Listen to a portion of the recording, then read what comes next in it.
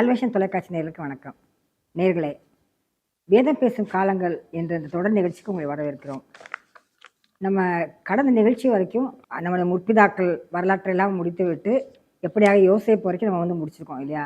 இப்போ இன்றைக்கு ஒரு புதிய நிகழ்வுக்குள்ளே போகிறது மாதிரி நம்ம போக போகிறோம். அதாவது யோசேப்புக்கு அப்புறம் என்ன நடந்தது என்பதை பற்றி பார்க்க போகிறோம். எல்லாருக்குமே தெரிந்த வரலாறுகள் தான்.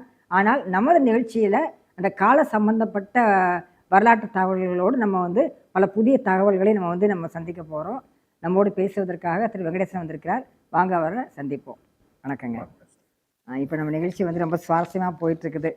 யூடியூப்லாம் பார்த்தா கூட நம்ம நிகழ்ச்சி இப்போ கொஞ்சம் பேர் பார்க்க ஆரம்பிச்சிருக்காங்க. அது ஒருவேளை அவங்களுக்கு முதல்ல பார்த்த உடனே பிடிச்சாலும் தொடர்ந்து பார்க்குறாங்க அப்படின்னு நான் நினச்சிட்டு இருக்கேன் நான். அதுக்கப்புறம் போன தடவை வரைக்கும் நம்ம யோசேப்பு வரைக்கும் நம்ம முடிச்சிட்டோம். இப்போ சில வரலாற்று தகவல்களை நம்ம நேயர்களுக்கு சொல்ல வேண்டியிருக்குது. ஏற்கனவே எல்லாருமே படிச்சிருப்பாங்க. சண்டே கிளாஸ் நம்ம படிச்சுட்டு வரோம் நம்ம அந்த யோசேப்பு கதை இதெல்லாம் ஆமாம். இப்போ என்ன அப்படின்னா, யாத்திராகமம் ஆரம்பிக்கிறப்ப நம்ம யோசேப்பை அறியாத ஒரு ராஜன் தோன்றினான் அப்படின்னு போட்டிருக்கு. அப்போ இது வரைக்கும் ஆண்டது யாரு, இப்போ ஆள்றது யாருன்றது ஒரு கேள்வி நம்ம கூட எழுதுறது. அதனால வழக்கமா அப்படி நம்ம அந்த வார்த்தையை கடந்து போயிடாம, அந்த வசனத்தை கடந்து போயிடாம கொஞ்சம் ஒரு தகவல்கள் சொன்னா நல்லா இருக்கும் அப்படின்னு நினைக்கிறேன். கண்டிப்பா சிஸ்டர். அதாவது இது நம்ம பார்க்கறது ஏறக்குறைய முற்பிதாக்களுடைய காலம் முடிஞ்சு அதுக்கப்புறம் யோசேப்பினுடைய காலத்தினுடைய கடைசி பகுதி அப்படின்னும் போது இது கிட்டத்தட்ட 1800 1700 1900 அந்த காலகட்டங்களில் தான் நம்ம பார்க்குறோம். அதிலிருந்து தொடர்ச்சியாக ஒரு 400லேருந்து 430 ஆண்டுகள் கழிந்து தான் இஸ்ரேல் ஜனங்களுடைய அந்த புறப்படுதல் ஆரம்பிக்குது.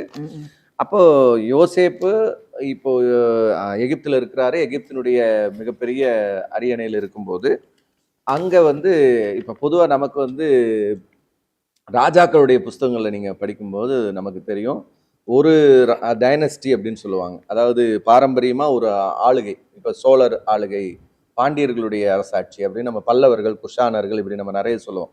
ஒரு தலைவன் வருவார், அவர் கீழே ஒரு 3 அல்லது 4 அரசர்கள் வருவாங்க.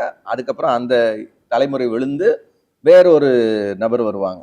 நம்ம இதுல நிறைய பேரை நம்ம யெகூன்னு ஒருத்தரை பார்ப்போம். யெகூவுடைய ஃபேமிலியில ஒரு 3-4 பேர் அரசர்கள் வருவாங்க. அதுக்கப்புறம் அந்த சமுதாயம் அது விழுந்து வேற ஒருத்தர் அவங்கள மேற்கொண்டு அவருடைய தலைமுறைகள் வரும். இது ஒவ்வொரு நாடுகள்லையும் நடந்திருக்கு. அதுதான் அன்றைக்கு எகிப்திலையுமே நடந்திருக்கு அப்படின்னு சொல்லி ஆய்வாளர்கள் சொல்றாங்க.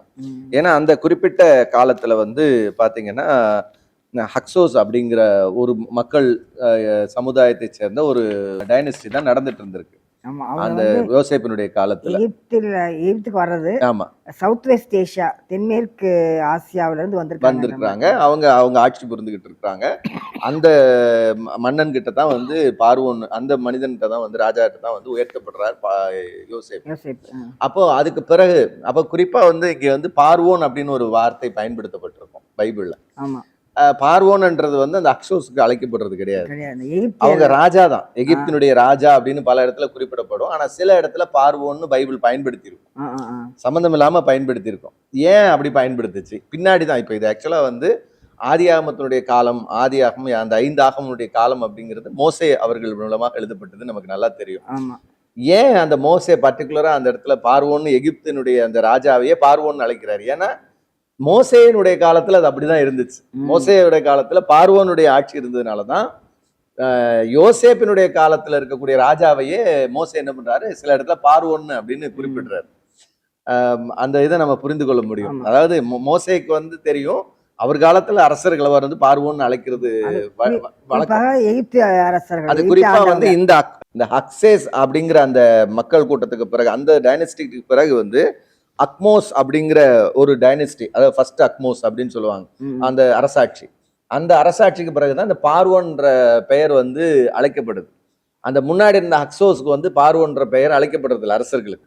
அக்மோஸுடைய காலத்துல தான், பிற்காலத்துல மோசே அந்த இதுல தான் பிறக்கிறாரு. அவரு அந்த அரசாட்சியில வளர்றாருன்றனால அந்த ராஜாவை பார்வோன்னு அழைக்கிறது இருக்கு அப்படிங்கிறது மோசேக்கு தெரியும். அப்ப அவர் 5ஆகமத்தை அவர் தான் எழுதுறாருன்னு போது, முன்பாகவே 400 வருஷத்துக்கு முன்பாகவே இருந்த ஒரு ராஜாவையே அவர் சில இடங்கள்ல பார்வோன்னு குறிப்பிடுறாரு. அது நம்ம ஏன்னா அந்த அரசனை பார்வோன்ற அழைக்கிற அந்த அழைப்பு இருந்ததுனால இப்ப ஜனங்களுக்கு புரியணும்ல, யார் அந்த இருந்தது, பார்வோன் அந்த அளவுக்கு உயர்த்தினாரு அப்படின்னு சொல்லணும். யோசேப்பை உயர்த்தினாருன்னு சொல்ல, யார் அளவுக்கு உயர்த்தினாருன்னா பார்வோன் தன் அளவுக்கு உயர்த்தினாரு அவருக்கு முழு அதிகாரம் கொடுத்தாருன்னு ஜனங்க புரியணும். ஏன்னா இதை படிக்கிறவங்க யாரு? 400 வருஷம் எகிப்தினுடைய அடிமைத்தனத்துல இருந்த இஸ்ரவேலர்கள் தான் முதல்ல இதை கேட்கிறாங்க. இந்த செய்திகள்ல காதல கேட்கறது அவங்க தான். அப்ப அவங்களுக்கு இந்த அரசன்றவர் எவ்வளவு பவரானவர்னா பார்வோன் மாதிரி பவரானவர். அப்ப தெரியணும்ல. அப்ப அதுக்காக வந்து அவர் பயன்படுத்துறாரு. பார்வோன், அதாவது எகிப்தினுடைய பார்வோன் வந்து அவனை அழைப்பித்தார், அவன் முன்னாடி போய் நின்னா அப்படின்னா பார்வோனா ஒரு பெரிய அரசன் அப்படிங்கிறது ஜனங்களுக்கு தெரியும். அதனால அந்த வார்த்தையை அவர் பயன்படுத்துறாரு. அது ரொம்ப முக்கியமான ஒரு செய்தி. அந்த அக்மோஸ்ங்கிற அந்த அக்மோஸ் 1 அப்படிங்கிற இதுல இருந்தா அந்த ஆராய்ச்சியாளர் சொல்றாங்க, இது யோசேப்பை அறியாத ஒரு அரசன். அந்த டைனஸ்டி வந்து மாறுது, வேற ஒரு டைனஸ்டி வருது. அப்ப யோசேப்பு என்ன செஞ்சாரு, அவர் இத்தனை வருஷம் என்ன பண்ணாருன்றதெல்லாம் அவங்களுக்கு தெரியறதுக்கு வாய்ப்பு கிடையாது. அதனால அவங்க ஆட்டோமேட்டிக் என்ன, யோசேப்பும் வயதானவராக முதிர்ந்த வயதுல அவர் அங்க இறந்தும் போறாருன்னும் போது அவங்களுக்கு அடிமைத்தனத்தினுடைய அந்த காலகட்டத்துக்குள்ள அவங்க போறத ஒரு முக்கியமான ஒரு கட்டமா பாக்குறோம். ஏன்னா யோசேப்பு இருக்கிற வரைக்கும், அவர் ஆளுகையில் இருக்கிற வரைக்கும் வந்து அவர் நல்லா இருக்கிறாரு, அவருக்கு எந்த ஒரு பிரச்சனையும் இல்லை. ஏன்னா அவர் முதல் அதிகாரியா இருக்கிறாரு அப்படின் போது அவருக்கு வந்து அந்த மக்களுக்கும் எந்த ஒரு பிரச்சனையும் இருந்திருக்காது. அப்ப 20-30 ஆண்டுகள் கழியும் போது எல்லாமே மறந்துடுறாங்க. ஒரு புது அரசு வரும்போது உங்களுக்கு புதிதாக மாறுகிறது அப்படிங்கிறது. இதை நம்ம பின்னாடி ஒரு கணக்கை நம்ம வந்து தெளிவுபடுத்துவோம். இதான் ரொம்ப முக்கியமான செய்தி. ஒரு பெரிய கூட்டமா இருக்காங்க அவங்க.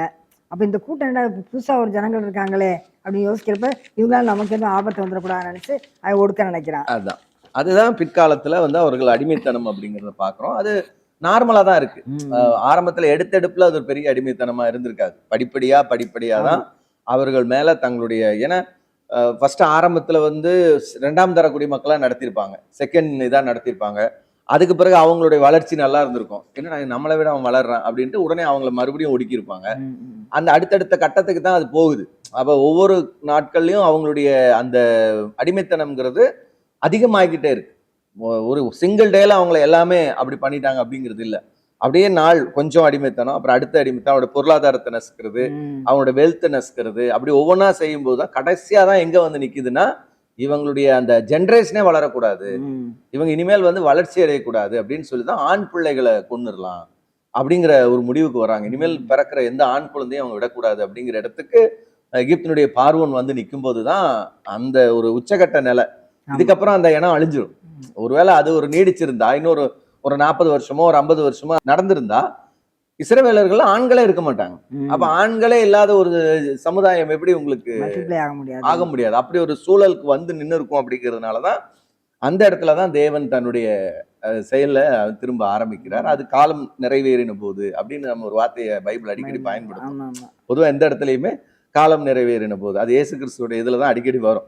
அப்ப அது சரியான நேரம் வேலை வர வரைக்கும் ஆண்டவர் வந்து அதை பொறுக்கிறாரு அப்படிங்கிறதும், முன்பாகவே ஆபிரகாம் இடத்துல ஆண்டவர் வாக்கு பண்ணும்போது எமோரியர்களுடைய அந்த பாவமானது அக்கிரமமானது நிறைவேறல, வரும்போது காலம் வரும்போது உன்னுடைய மக்கள் வந்து 400 வருஷம் இங்க இருப்பாங்க, அதுக்கு பிறகு அவங்களை வந்து நான் வந்து விடுதலை ஆக்கி கொண்டு வருவேன்ற அந்த நேரமும் கரெக்டா வரபோது ஆண்டவர் அங்கே ஒரு மனிதனை எழுப்புகிறார் அப்படிங்கிறத நம்ம பார்க்கணும். நீங்க சொன்னது மாதிரி யாத்திராகமம் 12வது அதிகாரத்துல வந்து 430 வருஷம் அவங்க இருந்தாங்கன்றது இருக்குது.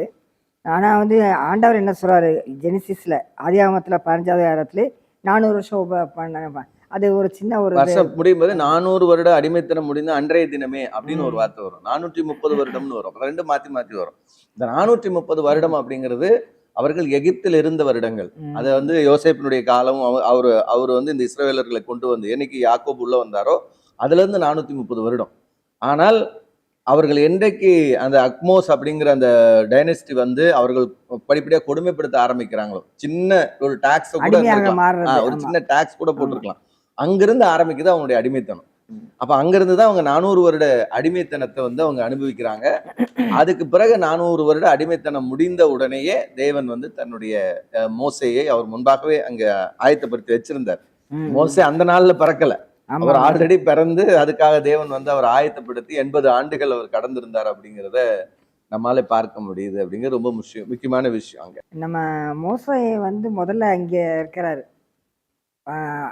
சகல விதமான சம்பத்துக்களோடையும் அறிவு, அவனுக்கு எவ்வளவோ ட்ரைனிங் கொடுத்துருக்காங்க, ஒரு ராஜகுமாரனாகவே தான் வளர்க்கப்படுறாரு.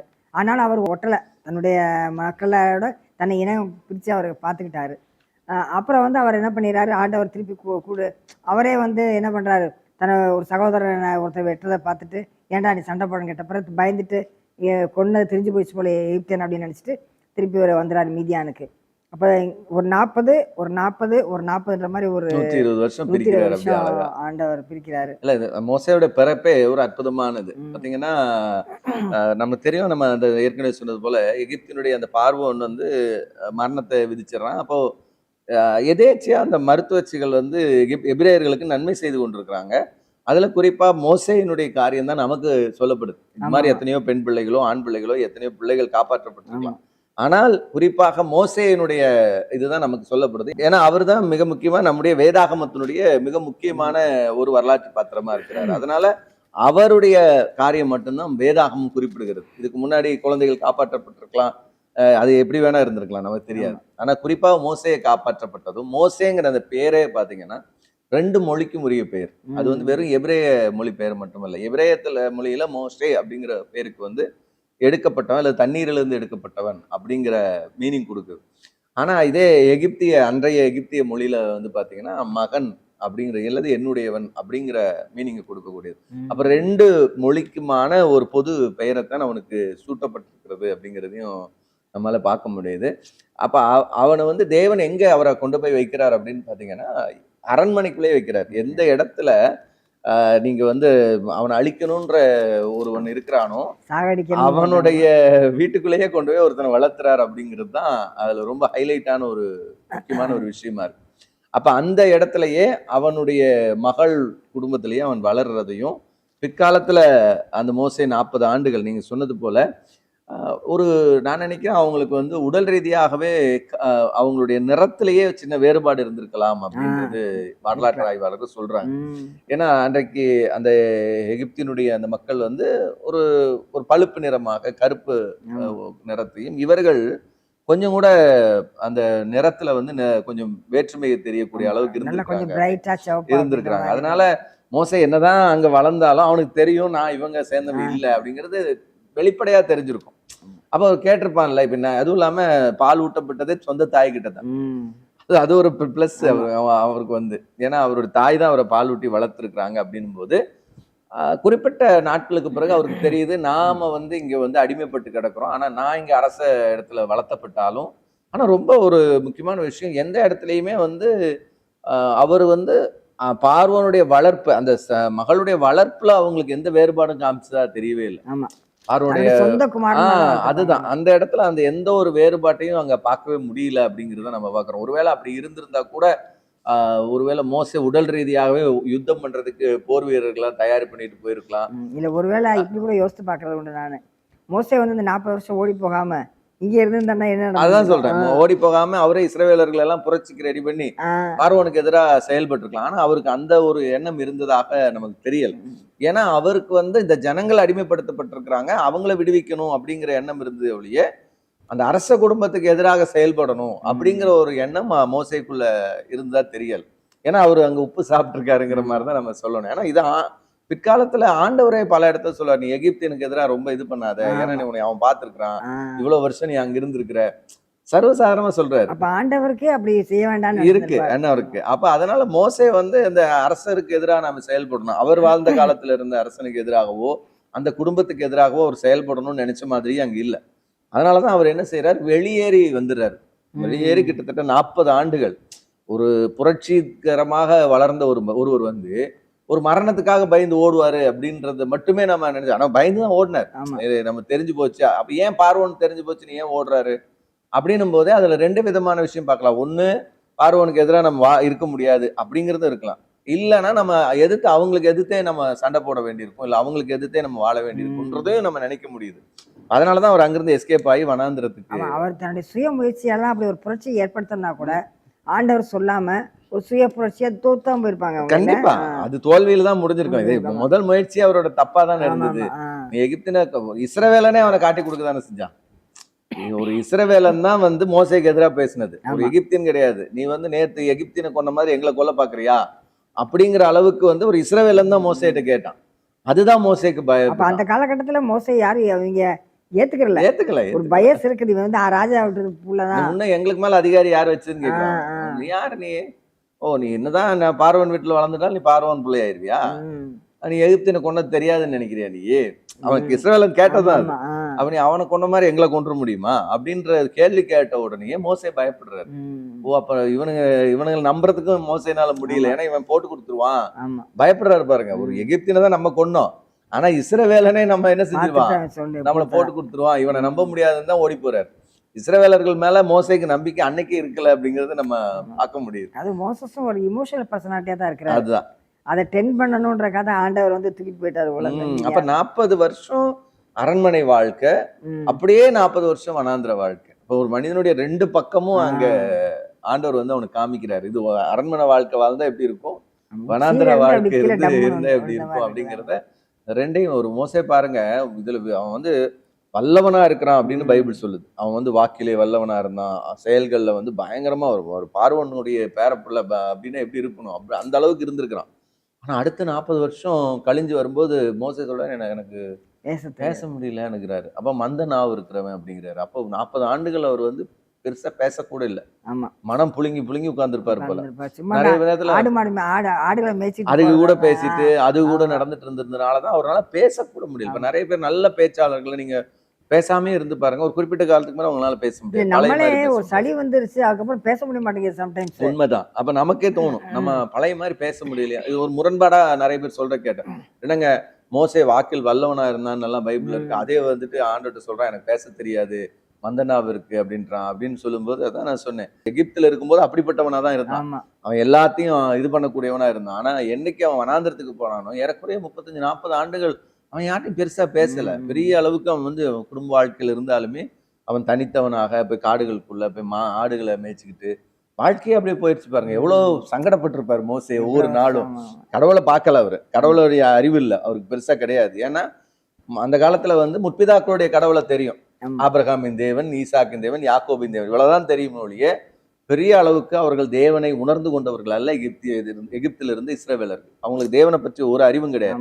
அப்படிப்பட்டவராக தான் மோசே இருந்திருக்கிறார் ஆரம்ப காலத்துல. அவருக்கு ஒண்ணுமே தெரியாது, ஆனா ஏதோ ஒரு நம்பிக்கை இருக்கு, ஒரு வெளிச்சம் இருக்கு, நம்மளோட முற்பிதாக்கள் இருந்திருக்காங்க அப்படிங்கிற ஒரு வெளிச்சம் மட்டும்தான் இருக்கு ஒழிய மற்றபடி அவருக்கு எந்த ஒரு நாலேஜும் கிடையாது, கடவுளுடைய கிடையாது, எந்த ஒரு வெளிப்பாடும் அவருக்கு வந்த மாதிரி இல்லை. ஆனா ஏதோ ஒரு வகையில அந்த 40 ஆண்டுகள் அவர் சிந்தனையோடயே வாழ்ந்திருந்திருக்காரு. அப்ப அவருக்கு வந்து வெளி உலகம் தெரியாது, பேச தெரியாது. அப்படி தெரிஞ்சிருந்தா கடவுளை அவரே சுகப்படுத்தி அனுப்பிச்சிருக்கலாம், ஆரோன் அனுப்ப வேண்டியதில்லை.